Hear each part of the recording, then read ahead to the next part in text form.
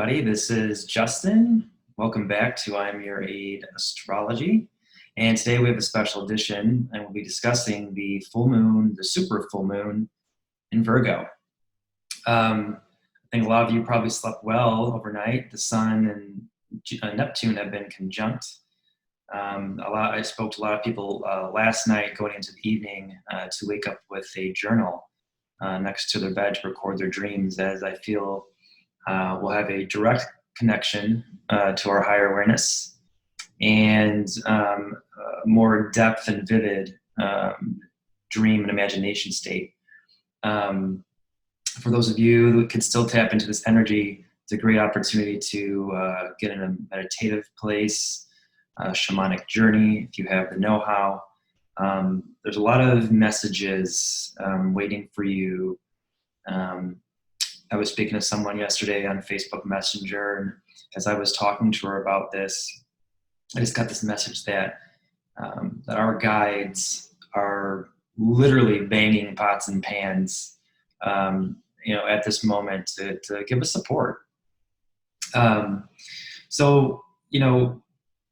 about Moon and Virgo in general. So when someone has a Virgo moon in their natal chart, it's someone that typically has grown up with a lot of criticism, potentially a perfectionist parent. What typically manifests is that we create our own inner critic, which follows us throughout life. It's also, Virgo represents, healing. People with a Virgo moon I tend to prescribe not to emotionally eat or eat when they're stressed out. Virgo moon people will have digestion problems as they can't digest their emotions. There's a lot of mind chatter and anxiety when it comes to Virgo moon people natally. So just wanted to give you a frame of reference of the type of energy that we'll be dealing with. And it's going to be kind of amplified. This is considered a super moon. So it's fairly close to the Earth. So the vibration of the energy is going to be a lot thicker. However, I do feel that this full moon is well aspected for the most part. There's some harder squares, but I think that is just leading us into a certain direction. So how do we know in the chart that we have a full moon? We have the Sun and Neptune, and it opposes the moon in Virgo. So that is considered a full moon, just for my astrology lovers out there. With this full moon, it's fairly interesting. We have Neptune conjunct the Sun, and Sun-Neptune conjunction, there's polarity to it. It's delusion, illusion, seeing what you want to see. So when it comes to your self-critic, or maybe critics other you, because this is all in everyone's individual houses, the chart of the moment is 11th house, so that's friends and social groups. So just using this chart as an example, I would say this person would be receiving a lot of criticism from their friends or social groups. Depending on where it lands in the house, it could be a critical one-on-one relationship, a business relationship, a career relationship, a relationship with yourself. As an energy healer, I feel that a majority of our thoughts and emotions don't even belong to us.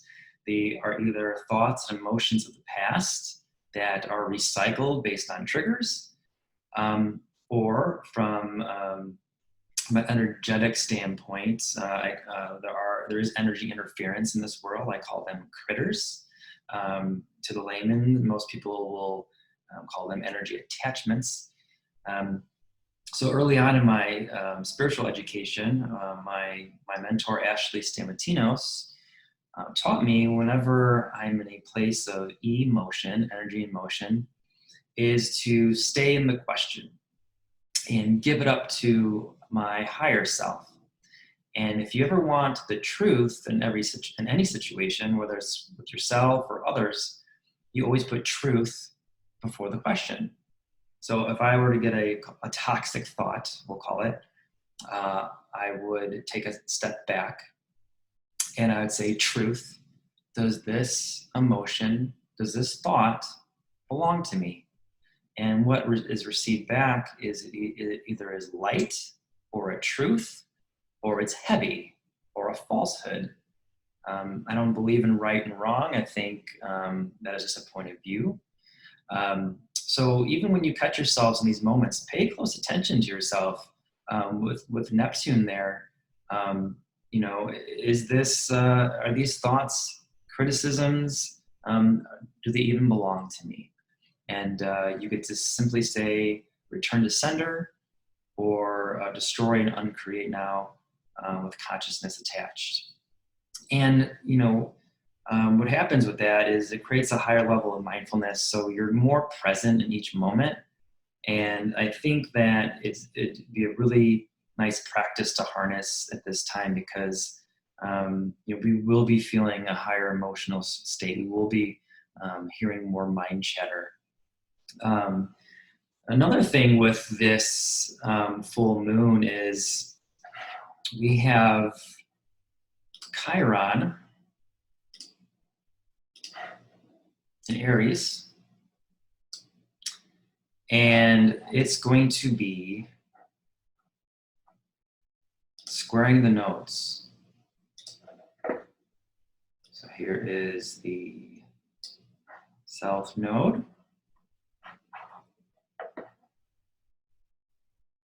And we have the North Node. And also, I don't have it pulled up on this chart. Hanging out with Chiron is Black Moon Lilith. So, you know, what I feel here is at least the start of the year, if not even longer, 2 years since Saturn's been flying through everyone's select house, or even 10 years ago, which is a big part of the cycle we're in. But I think a lot of us start the year, it's the equivalent of running in quicksand. You know, to start the year, we had a lot of tough squares to Uranus and to Neptune.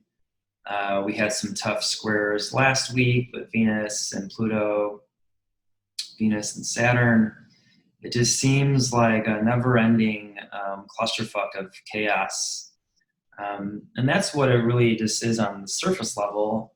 I think, you know, the longer you hang on to this process and hold on to things that no longer serve you, or can try to control the situation, I think the harder this becomes. And I think what the universe is doing with this Chiron squaring the nodes is clearly this is something that we have brought in from a past life to finally work out here. I feel that, you know, I think Earth in general is just like a rehab center for souls. I think we come here just to work our shit out. And it's like a graduation, you know, we're going to continue on after this life and so on and so forth. But the hope is that we constantly evolve our soul and hopefully get to an angelic status at some point. But this Chiron squaring the nodes, I feel like this is just a crossroads.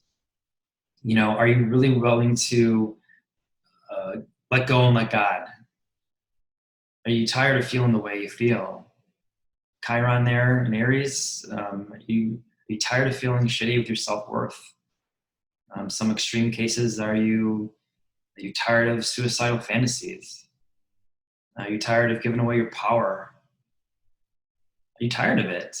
You know, I have a lot of, you know, I'm a Taurus and I have a lot of Capricornian people close to me. And what I notice about, you know, more of the stubborn signs, we'll call them, is that you really got to kind of piss us off in order for us to dance or move.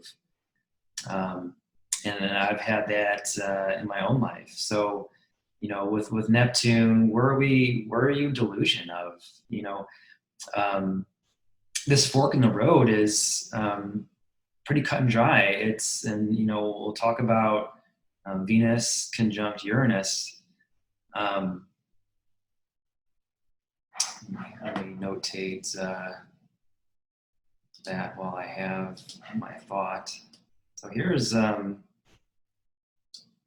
Uranus conjunct Venus. So again, there's more polarity to this. So what I think is happening is there's been some sudden change, shock, disruption in relationships. And I think the universe is creating space. I think we saw some of the undertones of that last week with some of the hard squares to Venus. And we're in delusion. Who in our life is our cheerleaders, and who in our life is tearing us down? And I think with the square from Chiron to the nodes, it's decision point. My mentor Ashley Stamatinos taught me early in my life that there are two types of people in your reality. There's the wing clippers, the people that build you up, people that love you unconditionally and always stand by your side, support everything you do. Or there are wing fluffers, people that tear you down. People, if you do start healing before they do, they'll pull you back down to their level. I'll give you some examples of that, about delusion. Recently, I had a friendship that I decided to repurpose. It was a childhood best friend. And I just kept being reminded of times in my life where I needed the most support. And in those times, I got pulled down. And when I first, about 10 years ago, when I first started getting into the healing work, I achieved all levels of Reiki, becoming a Reiki master teacher. And I was very excited to share this with a few people. And one of them was a family member who are really, I'll call them, they're nice people, God-loving people. They're really fixed in their dogmatic approach to life. And even though I felt like I was doing God's work, and I was really excited to share with them because I thought they would be the most proud of me, they told me I was wrong. They said only healing could come from Jesus. And my question was, well, Jesus said you could do what I do, but greater. I think what he was trying to say is that we have power of God within all of us. And there's people that they're like my second parents, and it devastated me. That's not unconditional love. We'll love you with the condition of adopting our mindset, our belief system. When I started with shamanism, I was really excited to share with people close to me. Obviously, that's very common. And a childhood best friend I shared this with, and instead of being supportive towards me, I was told that I was doing witchcraft. And he made that statement without even really knowing what I was doing. And then oddly enough, he started dating a woman that was a Reiki master, and all of a sudden it was cool. I've had Saturn flying through my 4th house the last 2 years, almost 2.5 years now. And I've completely severed ties at one point with both parents. I'm still trying to rebuild one with one parent, but with another individual, that relationship is deceased. It was not reciprocal. And what I'm getting at is, are relationships providing you a sense of reciprocity? And if they're not giving you a sense of reciprocity at this time, it's okay to create boundaries. You don't need to, cut everyone's head off and destroy and create them. But what I've learned about shamanism is that sometimes in order to receive, you have to make space first in order to receive something better. If we're holding on to toxic relationships, toxic thoughts, toxic relationships with ourselves, we'll never be able to take on our new destiny. And we're talking about the nodes. The North Node is the destiny in this lifetime, a destiny you've never had in any of your lives before. So there's subconscious fear attached to it. South Node is your karma from the past. Right now, we need to eliminate karma from the past in this life in order to reach our destiny. And the nodes are shifting soon, I believe in May. So it's kind of an exciting time. I know it's been really hard for everyone up to this point, but you just have to let go and finally release the need to control your situation and give into your healing. This full moon could be very healing. And, you know, when you have people that are wing fluffers versus being clippers, the clippers can steal your energy. From a shamanic view, it's called stealing your energy. So I went into a shamanic journey this morning to kind of, as for a collective, to bring something back metaphorical that I could share with you guys. And within my deep state of meditation, I was attached. I wore my army jacket, but I was attached to an army plane, like a bomb. But it was me. It was everything you see here. But I was made of glass, which I feel like what tells me is that we're really dealing with a very fragile emotional state. And I was dropped from a high, vantage point, whatever, 10,000 feet. And I hit the ground. I hit a beachfront. And when I hit the ground, I shattered into a million pieces. And the tides passed and washed me into the ocean.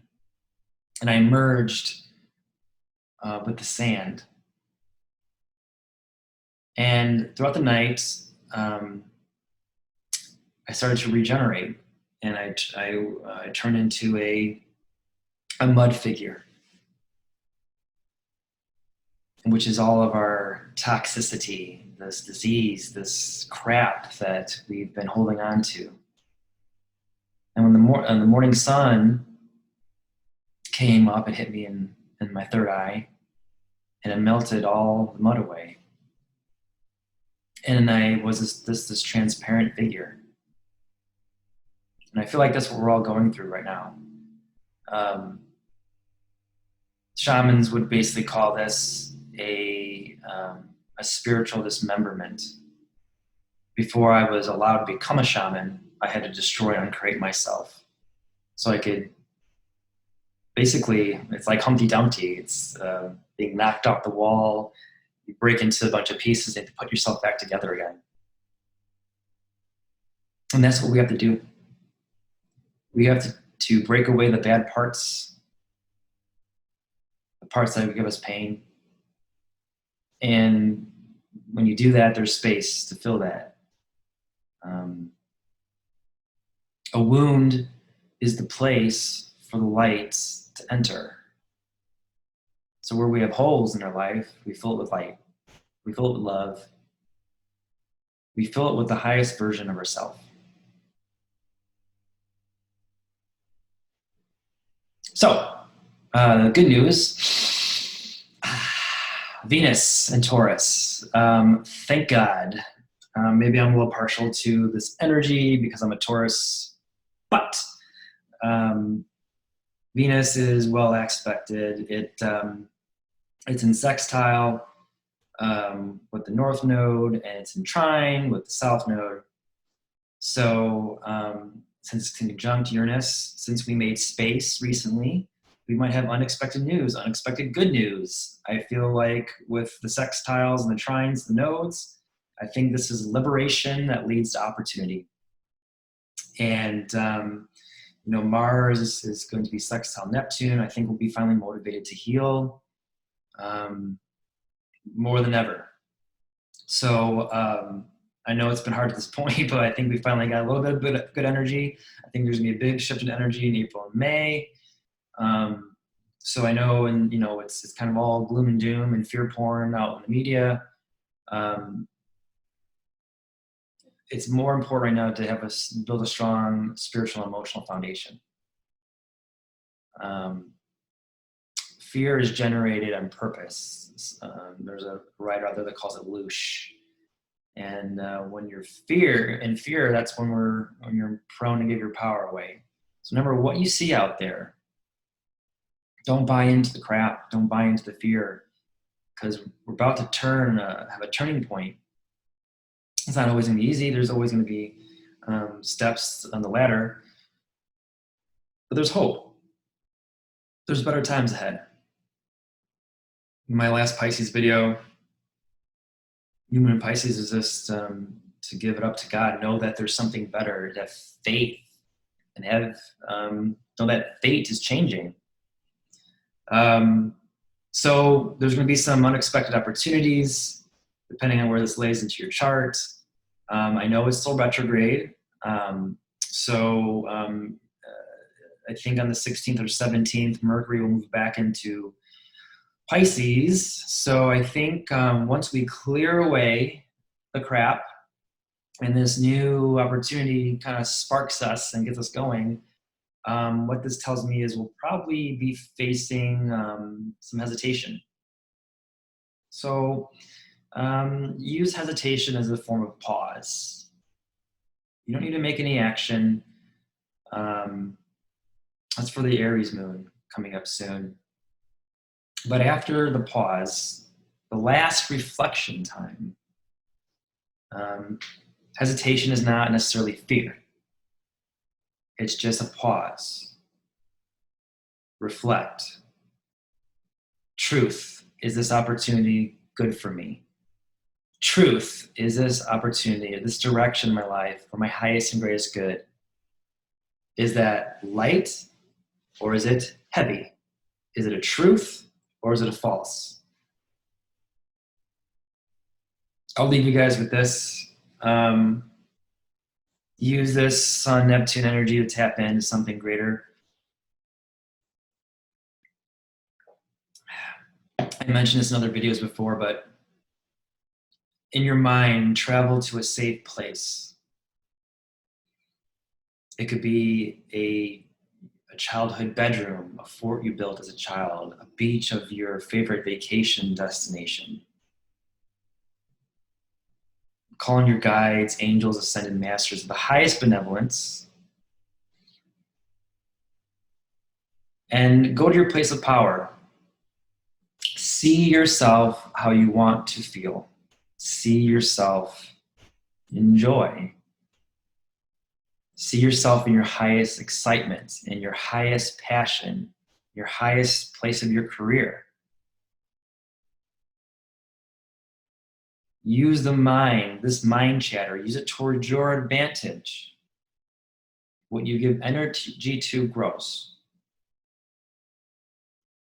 When you worry, you pray for what you don't want.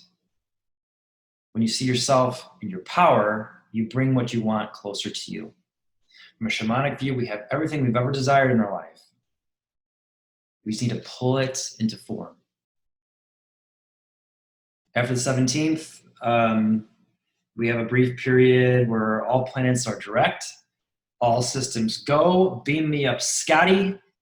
And I think we'll start seeing some drastic shifts in the energy. There's still some work to do, but this is the first step of being your highest form of yourself. This is Justin with I'm Your Aid Astrology. I'm not your coach, I'm not your guru or your guide. I am your aid, angel in disguise. I help you empower you. Thanks for tuning in. Please like, share, subscribe. I hope you found this information helpful. May you all walk in beauty. Good day.